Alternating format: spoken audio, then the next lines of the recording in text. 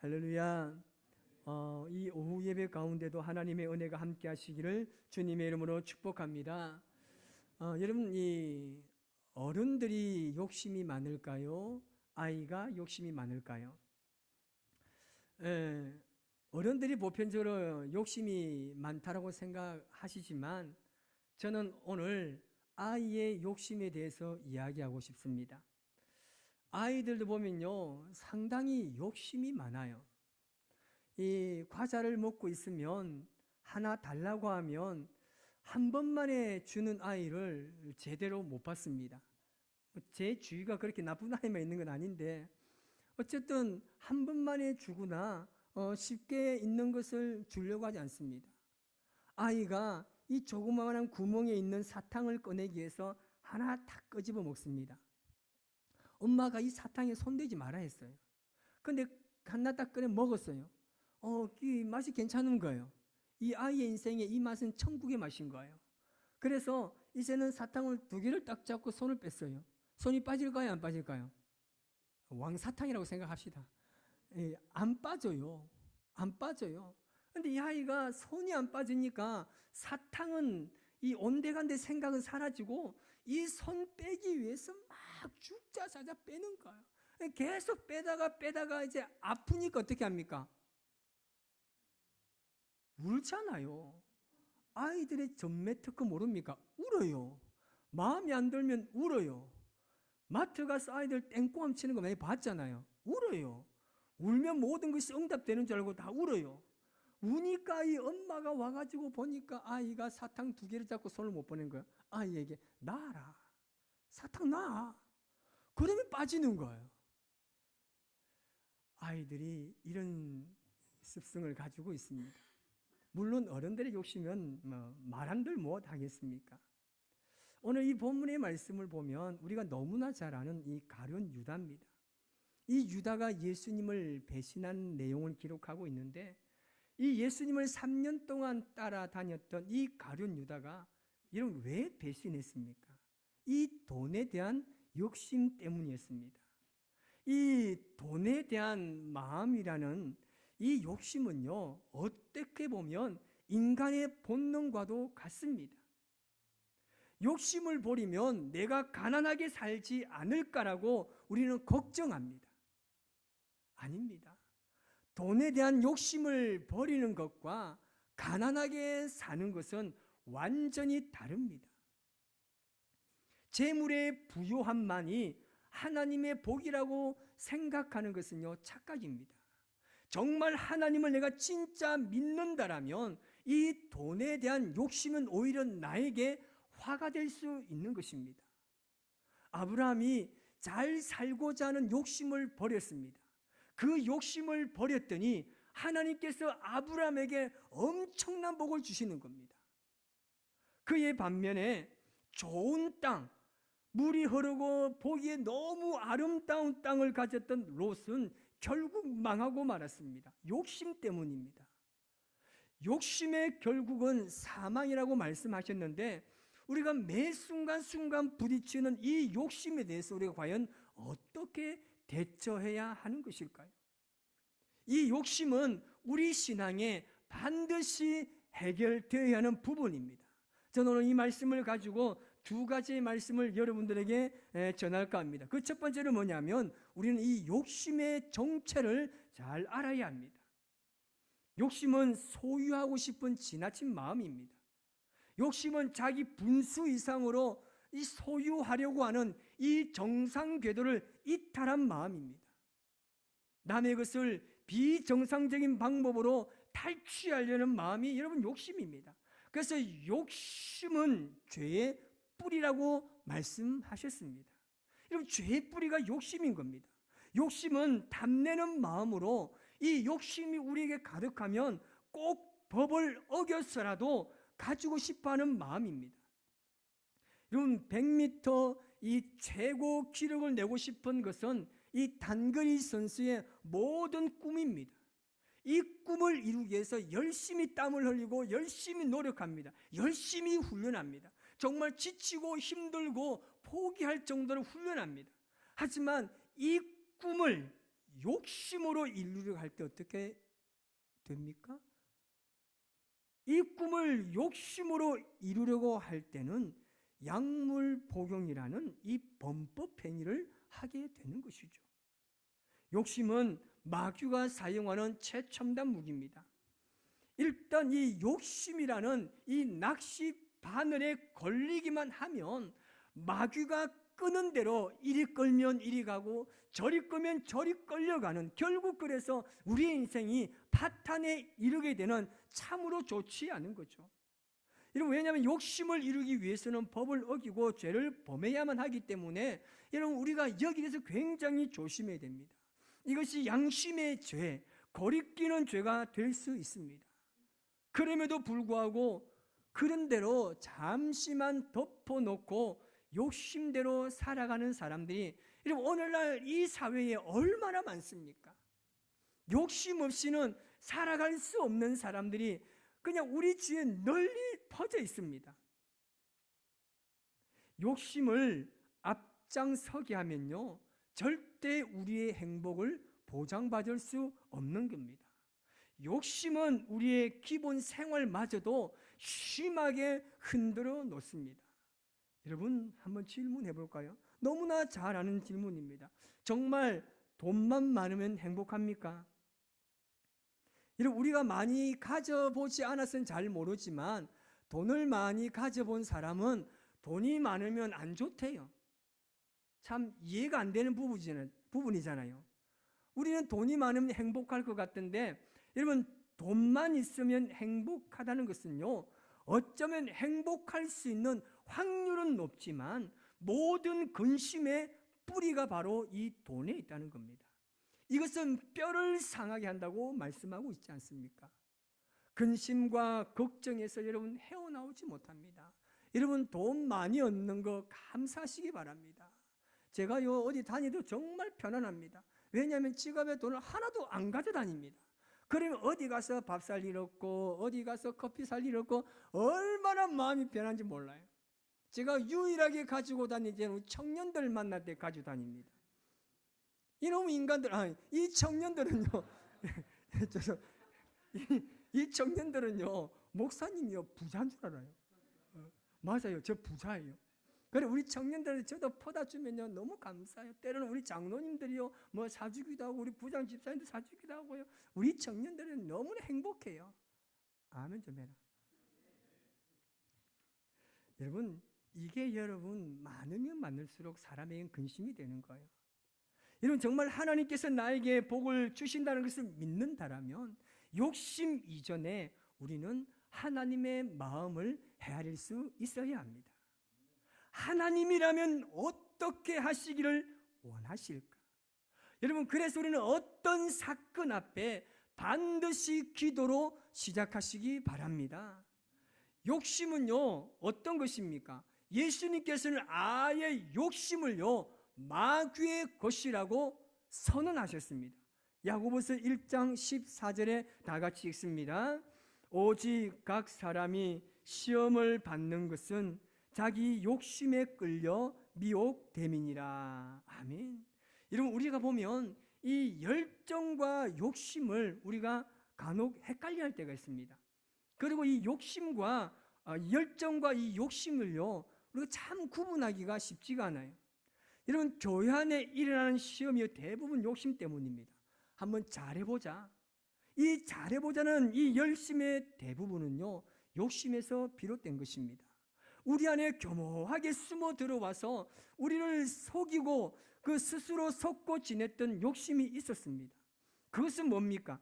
주를 향한 이 열정으로 포장되어 있었기 때문에 이것은요 우리가 굉장히 분별하기 참 어렵고 이것을 말하는 것도 참 쉽지 않다는 겁니다.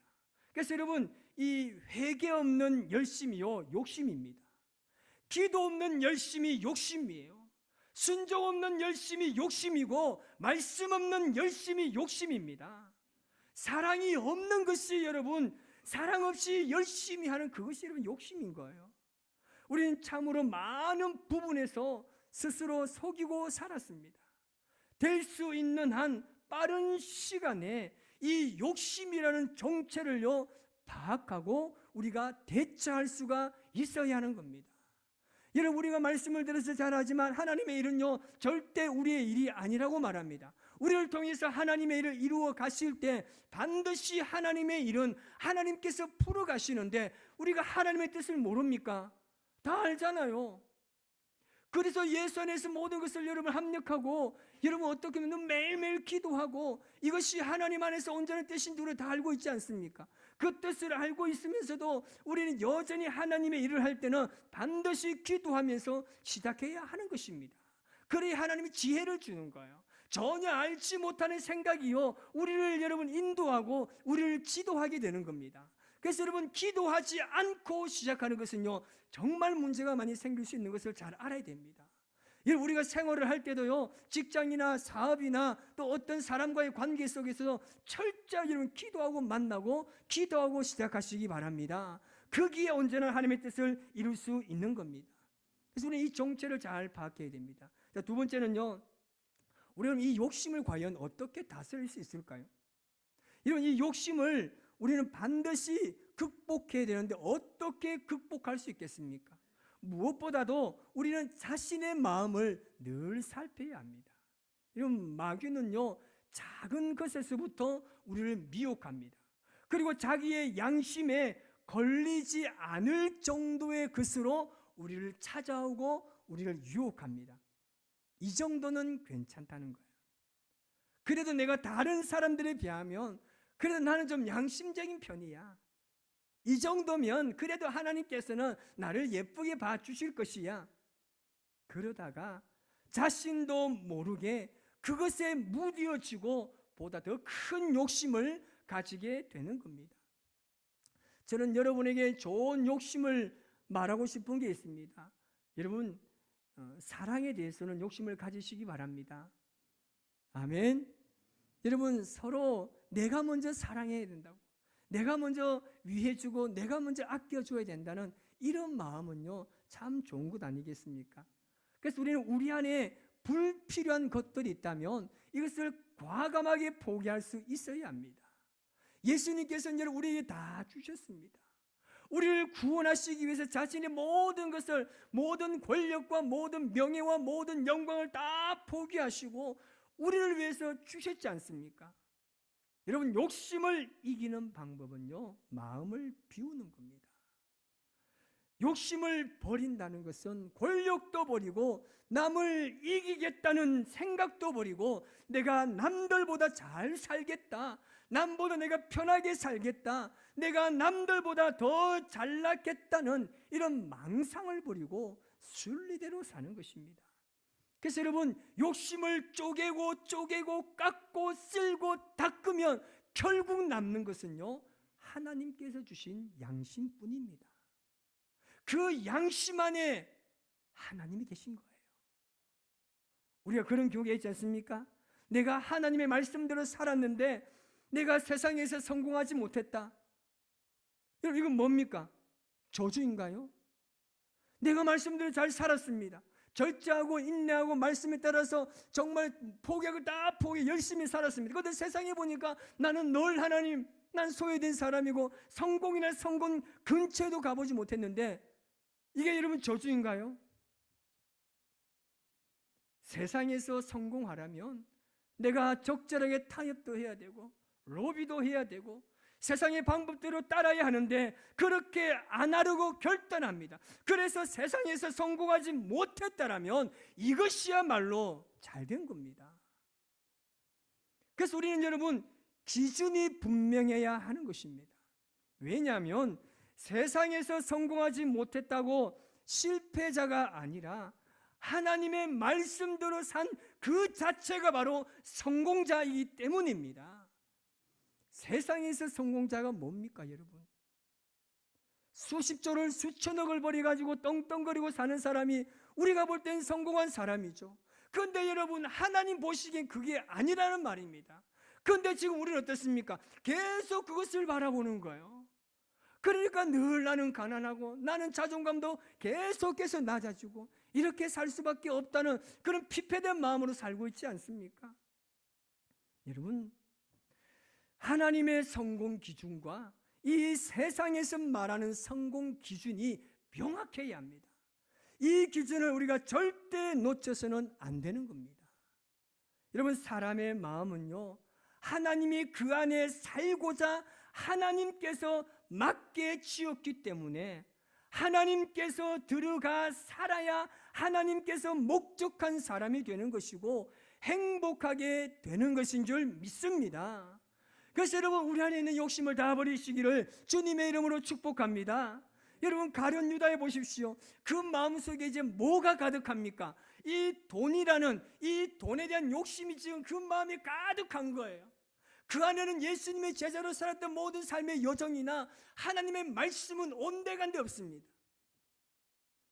비워야 할 욕심을 채우고 가득 채워야 할 하나님의 말씀을 비워버리니까 그 마음에 이제는 오직 뭐라고요? 내가 예수님을 내가 팔아야 되겠다. 그때부터 이 가룟 유다가 어떤 생각합니까? 예수를 내가 팔아버려야 되겠다. 그는 아침 점심 저녁으로 매일매일 이제 예수님을 팔 생각으로 가득한 거예요. 뭐 때문에요? 은산집을 내가 받았기 때문에, 이 돈에 대한 욕심 때문에 그의 인생이 멸망의 길로 여러분 빠지게 된 것입니다. 욕심이 그를 예수님을 팔게 만든 것입니다. 우리가 이제 이 고난의 한 주간을 보냅니다. 저는 여러분, 고난 주간을 보낼 때 나름대로의 이 고난의 의미를 다 가지고 열심히 한 주간을 살아가실 겁니다. 정답은 없습니다. 그런데 우리가 정말 이 예수님께서 나를 구원하시기 위해서 정말 십자가를 져야만 하는 그 은혜를 여러분 각자에게 주시는 하나님의 음성으로 깨닫는 한 주간이 되시기를 바랍니다. 이 한 주간에 주님의 말씀으로 여러분의 속을 가득 채우시기를 바랍니다. 우리의 마음에 나를 위해서 십자가를 지신 주님을 묵상하는 이 귀한 한 주간의 여정을 주님의 이름으로 여러분 살아가시기를 바랍니다. 예수님 믿는다고 해서 어떻게 다 예수님 말씀대로 살 수 있겠습니까? 그러나 우리가 예수님 말씀대로 살 수 없다고 우리가 단정짓고 살아가는 것이 아니라 오늘도 최선을 다하고 내일도 최선을 다해서 내가 하나님의 자녀로서 정말 부끄러운 행동을 했다면 철저히 여러분 회개해야 됩니다. 이것을 회개하지 않으면, 정말 이 간격을 좁히지 않으면 어쩌면 우리 주님과의 거리가 완전히 멀어지지 않을까, 정말 두려운 일입니다. 이번 한 주간 우리가 주님의 이 고난을 기억하고 이 말씀을 묵상하면서 이 한 주간을 나를 위해서 십자가 지신 예수를 묵상하며 살아가시기 바랍니다. 그래서 내일 새벽부터 뭐 한다고요? 특별 새벽 기도합니다. 저는요 매일 하고 우리 장로님들 매일 하지만 하여튼 이 특별을 참 안 붙이고 싶어요. 특별히 붙으면요 마음이 특별해져요. 부담감도 특별해지고 하여튼 특별해져요. 어쨌든 여러분이 한 주간 정말 이 새벽마다 나오셔서 기도하면서 우리 주님의 은혜를 또 각자 주신 그 말씀의 은혜와 그 사랑을 따라서 정말 우리 위에서 십자가 지신 그 주님의 길 우리 모두가 잘 걸어가시는 저와 여러분의 삶이 되시기를 주님의 이름으로 축복합니다. 기도하겠습니다.